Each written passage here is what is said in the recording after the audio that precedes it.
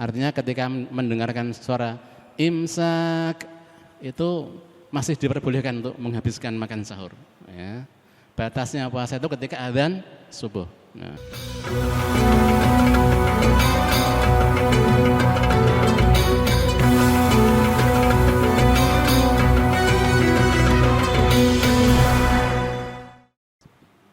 Assalamualaikum warahmatullahi wabarakatuh. Alhamdulillahi rabbil alamin. Wabihi nasta'inu ala umurid dunya waddin. Ashhadu an la ilaha illallah wahdahu la syarika lah. Al-malikul haqqul mubin. Wa ashhadu anna sayyidana wa nabiyyana Muhammadan abduhu wa rasuluh. Sadiqul wa'dil amin. Allahumma salli wa sallim wa barik ala sayyidina Muhammad wa ala alihi wa sahbihi ajma'in. Amma ba'd. Hadirin jamaah pengausan Qubailal Futur Masjid Tegal Sari Surakarta. Alhamdulillahirabbil alamin.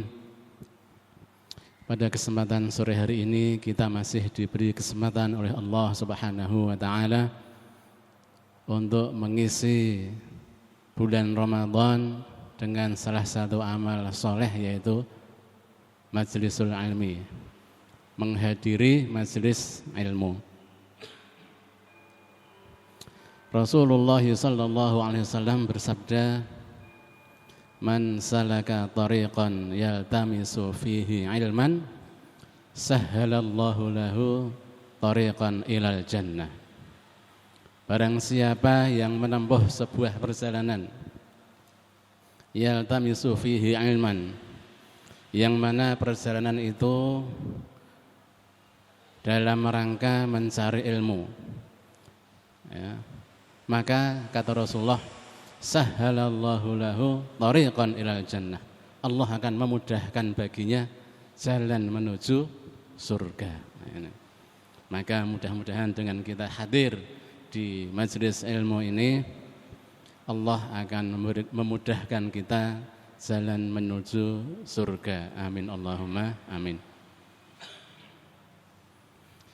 Pada kesempatan hari ini kami akan menyampaikan firman Allah Subhanahu wa taala yang termaktub di dalam surah Al-Furqan. Al-Furqan ayat 63 dan seterusnya.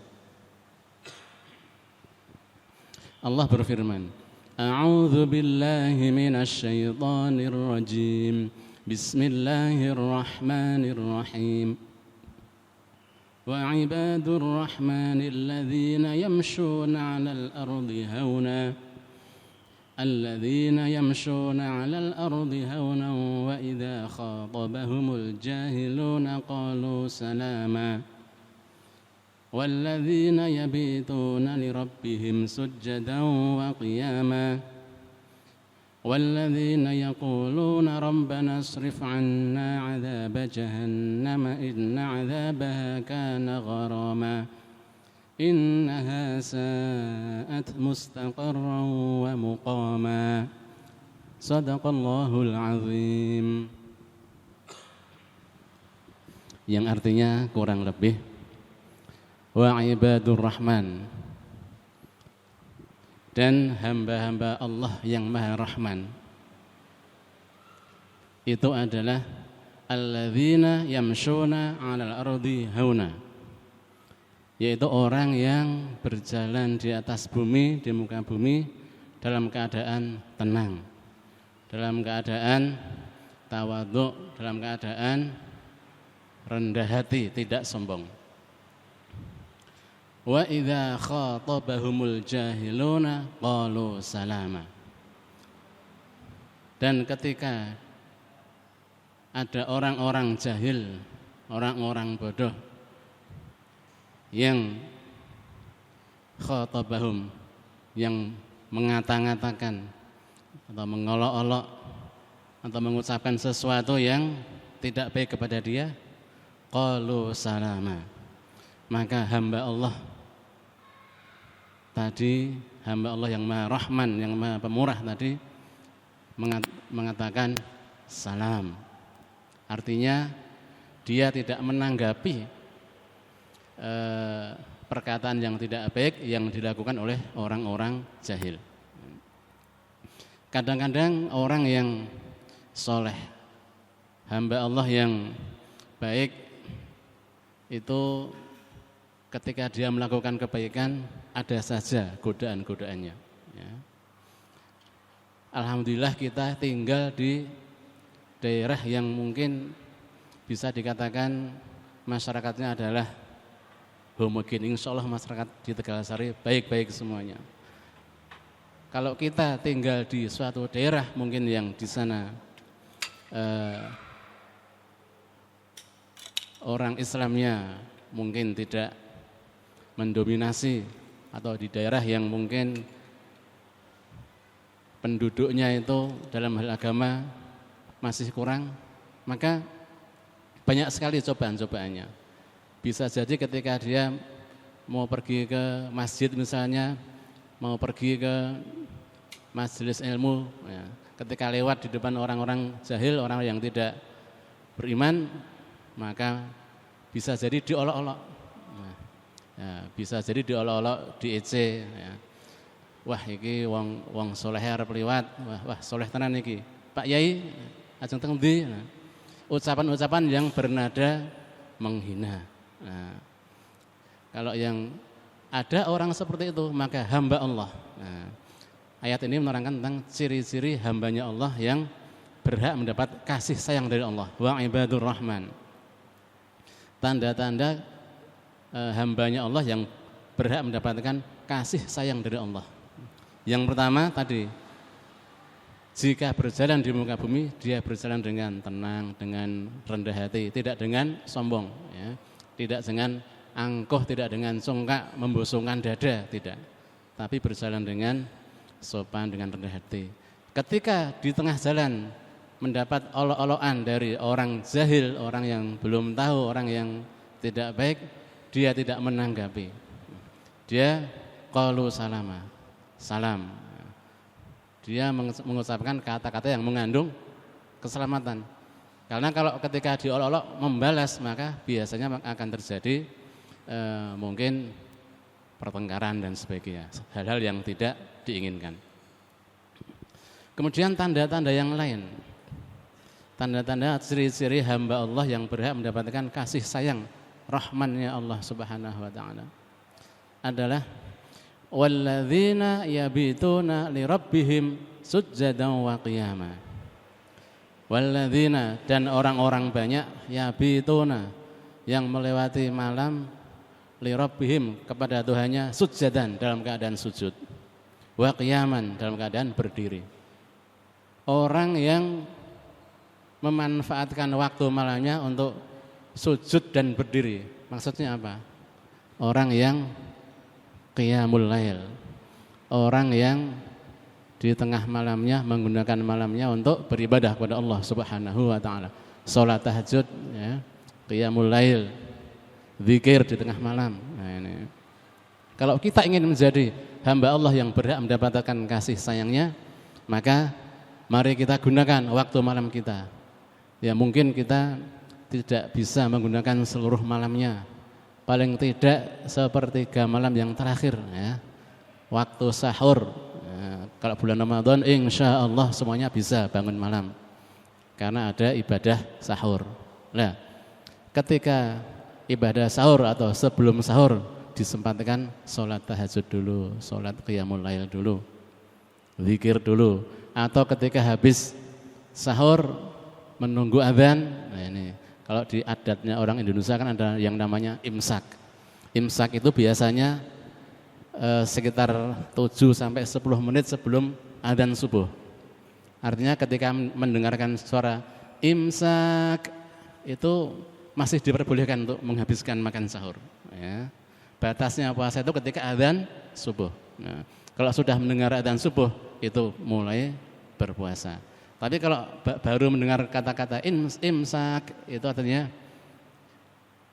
persiapan, sebentar lagi akan subuh. Sebentar lagi akan habis waktu sahur, makanya disegerakan untuk menghabiskan sahurnya. Nah, mari kita manfaatkan waktu menjelang subuh ini.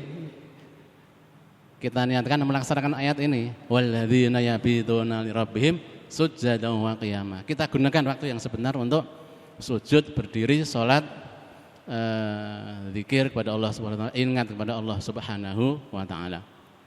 Nah, insyaallah kita akan tergolong hamba-hambanya Allah yang berhak mendapatkan rahmat dan kasih sayang dari Allah Subhanahu wa taala.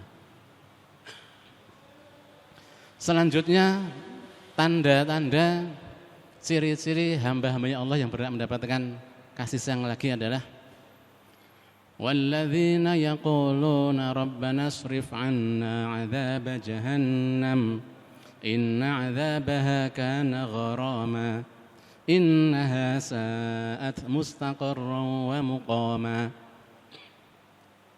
Walladzina yaquluna, dan orang-orang yang senantiasa berdoa memohon kepada Allah, Rabbana asrif 'anna 'adzaba jahannam, ya Allah ya Tuhan kami, selamatkan kami, jauhkanlah kami dari azab atau siksa neraka jahanam. Inna 'adzabaha kana gharama, sesungguhnya azab atau siksanya neraka jahanam itu benar-benar sangat pedih, sangat menyakitkan. Innaha sa'at mustaqarran wa muqama, sesungguhnya neraka jahanam itu adalah seburuk-buruk tempat tinggal, seburuk-buruk panggonan, seburuk-buruk tempat bermukim. Nah, hadirin jamaah pengajian rahimakumullah. Jadi salah satu tanda hambanya Allah yang berhak mendapatkan kasih sayangnya adalah senantiasa berdoa. Doanya apa? Ya Allah, Rabbana asrif 'anna 'adzaba jahannam, ya Allah jauhkanlah aku dari azab atau siksa neraka jahanam. Karena neraka jahanam itu siksa yang sangat pedih, tempat yang paling buruk untuk tempat tinggal. Nah, orang yang berdoa kepada Allah untuk dijauhkan dari siksa api neraka, tentunya dia juga pasti akan konsekuen. Tentunya dia akan berusaha menghindari, menjauhi hal-hal, perkara-perkara, perbuatan-perbuatan atau ucapan-ucapan yang bisa menyebabkan dia masuk neraka jahanam. Nah, jadi tidak hanya sekedar doa di mulut saja, ya. Di mulutnya dia berdoa, ya Allah jauhkan aku dari neraka jahanam, ya. Atau dengan doa sawu jagat itu termasuk bisa termasuk dalam golongan ayat ini. Orang yang suka membaca Rabbana atina fid dunya hasanah wa fil akhirati hasanah wa qina adzabannar. Ya Allah, ya Tuhanku, berilah aku kebaikan di dunia dan kebaikan di akhirat. Atina fid dunya hasanah wa fil akhirati hasanah. Berilah aku kebaikan di dunia dan berikan kebaikan di akhirat. Wa qina adzabannar, jauhkanlah aku dari api neraka, dari siksa neraka. Ini termasuk doa dalam rangka menjalankan ayat ini, ya. Nah, makanya kalau kita sudah berdoa dijauhkan dari api neraka, kita harus konsekuen, kita berusaha bagaimana ucapan-ucapan kita, perbuatan-perbuatan kita jangan sampai melakukan perbuatan yang bisa menjerumuskan kita ke neraka. Orang yang senantiasa berdoa dijauhkan dari neraka, artinya dia menjaga amal perbuatannya, bagaimana supaya bisa selalu taat kepada Allah Subhanahu wa taala, menjalankan kewajiban-kewajibannya, perintah-perintahnya, menjauhi larangan-larangannya. Ya. Kalau doanya minta diselamatkan dari neraka, tapi perbuatannya kok malah sering berbuat tidak baik, meninggalkan kewajiban, meninggalkan sholat misalnya, tidak berpuasa tanpa alasan. Nah, ini berarti antara ucapannya dengan perbuatannya itu tidak sinkron. Maka kita harus sinkron, kita harus benar, kita harus siddiq antara ucapan, doa, perbuatan, amaliyah harus sesuai. Itu tadi tanda-tanda orang yang berhak mendapatkan kasih sayangnya Allah Subhanahu wa taala selalu berdoa supaya dijauhkan dari siksa neraka jahanam. Hadirin jamaah pengasahan rahimakumullah, yang selanjutnya tanda-tanda yang berikutnya adalah walladzina idza anfaqu lam yusrifu wa lam yaqturu wa kana baina dzalika qawama. Walladzina idza anfaqu, dan orang-orang yang ketika dia berinfak, membelanjakan hartanya, lam yusrifu wa lam yaqturu, dia tidak berlebih-lebihan sampai habis hartanya sehingga melupakan kewajibannya untuk kebutuhan yang lainnya. Wa lam yaqturu, tapi juga tidak medit, tidak terlalu kikir, tidak terlalu sedikit. Wa kana baina dzalika qawama.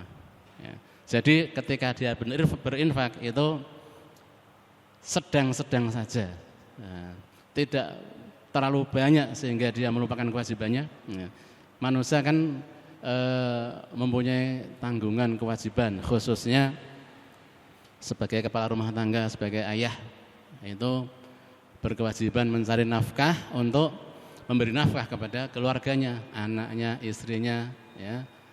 Untuk keperluan makan, kehidupan sehari-hari, untuk keperluan pendidikan. Nah, dan bekerja itu adalah ibadah. Nah, tetapi Allah Subhanahu wa taala juga memerintahkan ketika kita punya harta jangan hanya dipakai untuk kepentingan diri pribadi saja. Jangan digunakan untuk memenuhi kebutuhan dirinya saja. Juga harus berinfak, harus berbagi. Ya, karena infak, sedekah atau sedekah itu ibadah yang luar biasa. Bahkan di dalam ayat yang lainnya kan disampaikan ketika seseorang itu sudah tiba ajalnya, sudah saatnya dipanggil oleh Allah Subhanahu wa taala, dan ketika hidup dia amal ibadahnya kurang, sedekahnya kurang. Itu apa yang diucapkan? Ya Allah, mbok ya ajalku ini ditunda barang sedikit saja, barang sebentar saja. Laula akhartani ila ajalin qarib. Ya Allah, mbok ajalku ini ditunda barang sebentar saja. Ya. Fa as-saddaqa wa akum minas sholihin. Maka aku akan bersedekah dan aku akan menjadi orang yang soleh. Permintaan orang yang ketika dipanggil oleh Allah itu dia tidak ingin apa-apa. Dia itu ingin ditunda waktunya barang sebentar supaya bisa bersedekah. Nah, ini adalah menunjukkan betapa yang namanya sedekah, ya. Membantu orang lain, menginfakkan sebagian harta untuk orang lain, memudahkan orang lain, itu adalah ibadah yang luar biasa. Orang yang tiba ajalnya saja sampai yang diinginkan hanya dua hal. Minta ditunda ajalnya supaya bisa fa'as-sadaqah, satu bisa bersedekah, wa akum minas sholihin, dan aku bisa menjadi orang yang soleh. Nah, ini permintaan terakhir dari orang yang akan dicabut nyawanya itu adalah minta ditunda supaya bisa bersedekah, bisa beramal, bisa menjadi orang yang soleh, orang yang baik. Nah, ini menunjukkan betapa besarnya fadilah, keutamaan orang yang bersedekah. Banyak sekali ayat-ayat yang terkait dengan sedekah ini. Insya Allah mubalik sudah sering menyampaikan keutamaan sedekah. Maka tadi salah satu tanda orang yang berhak mendapatkan kasih sayang dari Allah Subhanahu wa taala adalah orang yang selalu berinfak. Dalam infaknya dia tidak terlalu berlebihan dan juga tidak terlalu kikir, ya. Sedang-sedang saja. Artinya kewajiban dia untuk menghidupi keluarga, anak, suami, istri dan sebagainya tetap dilakukan dengan baik, tetapi dia juga menyisihkan sebagian hartanya untuk membantu orang lain. Nah, kalau bisa seperti itu maka berhak dialah salah satu tanda hamba-hamba Allah yang berhak mendapatkan kasih sayang dari Allah Subhanahu wa taala. Satu lagi tanda-tandanya adalah walladzina la yad'una ma'allahi ilahan akhar wa la yaqtuluna an-nafsa allati harramallahu illa bil haqqi wa la yaznun wa man yaf'al dzalika yalqa athama walladzina la yad'una ma'allahi ilahan akhar. Orang yang berhak mendapatkan kasih sayang dari Allah adalah orang-orang yang la yad'una ma'allahi ilahan akhar. Dia tidak berdoa meminta kepada Tuhan lain selain Allah Subhanahu wa taala. Dia ketika berdoa hanya murni mengharapkan pertolongan dari Allah Subhanahu wa taala saja. Dia hanya menggantungkan hidupnya kepada Allah Subhanahu wa taala, menjaga keimanannya dengan iman yang hakiki, iman yang sempurna. Dia tidak berdoa memohon kepada selain Allah Subhanahu wa taala. Wala yaqtuluna an-nafsa allati harramallahu illa bil haqq, dan dia tidak membunuh, tidak menghilangkan nyawa seseorang yang diharamkan oleh Allah Subhanahu wa taala, kecuali dengan cara yang hak, yang diizinkan, ya. Seseorang itu tidak boleh membunuh, menghilangkan nyawa orang lain kecuali dengan cara yang hak, ya, yang diizinkan oleh Allah, diizinkan oleh syariat, ya. Apa ada ya membunuh kok diizinkan oleh syariat? Ada. Orang yang membela, menjaga dirinya sendiri dari orang lain.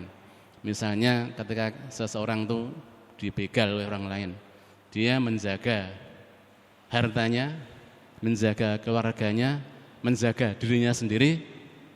Kalau aku tidak membunuh orang itu, maka aku yang akan terbunuh, atau keluargaku yang akan celaka dan sebagainya. Orang yang seperti itu maka ketika dia melakukan perlawanan, membela diri sampai menghilangkan nyawa orang lain, maka itu termasuk yang diizinkan oleh Allah Subhanahu wa taala, tidak berdosa.